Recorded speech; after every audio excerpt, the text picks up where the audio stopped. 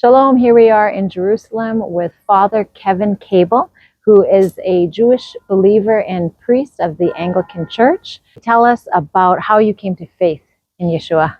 Really, for me, it was a process of exploration of the Hebrew Bible in conversations with other Jewish people I knew, particularly around Isaiah 53.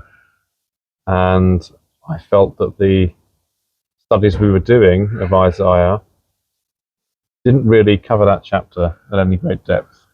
In fact, I pointed out to the person who was doing the training and teaching on that kind of jumped from 52 to 54. So that prompted me to start looking at a number of messianic prophecies, because when I first read Isaiah 53, for me it was this image of the kind of Catholic Jesus. Now, bearing in mind that was my experience of Christianity at that time, was I thought Jesus was a Catholic. So I started looking at messianic prophecy over about the course of a year, and then at the end of that year, I came to the decision or the realization that Jesus, Yeshua, he was the person that the scriptures prophesied to come as Messiah. And this was in the UK at the time? UK, yeah. And what prompted you to come to Israel? So over the years, I've come to Israel with tour groups, Bleeding Pilgrims. My wife and I have come several times, and then we came in 2018.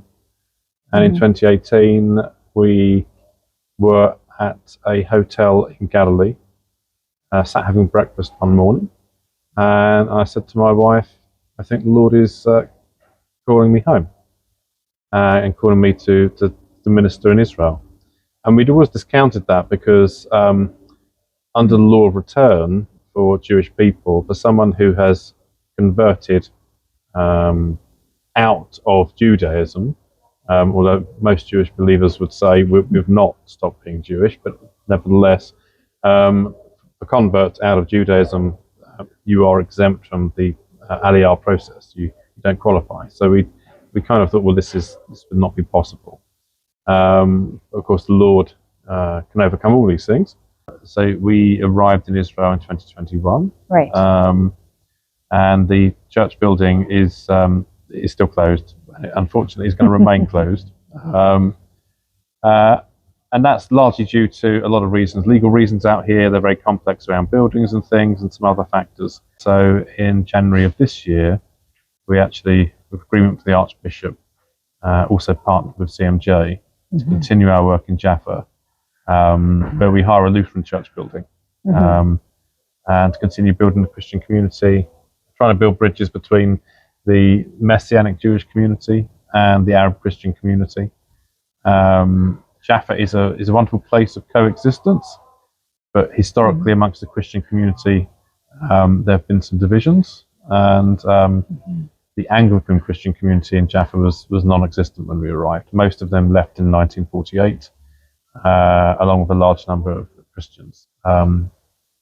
And so we spent the last 3 years really building connections, building up links with the Christian neighbours, our Messianic Jewish neighbours, and just trying to work together in Jaffa, which is a unique community.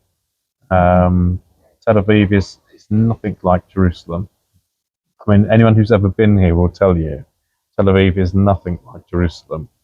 And we lived in Jerusalem for 3 months when we arrived. And I can tell you that even now, when I drive back from Jerusalem to Jaffa, it's like a weight lifts, because Jerusalem is just intense. For me, it's the spiritual center of the world.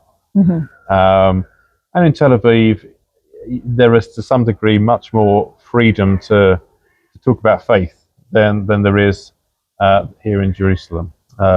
And so really that's what we're concentrating on doing. It's just being a presence for Christ. Israel is not the paradise that some people think.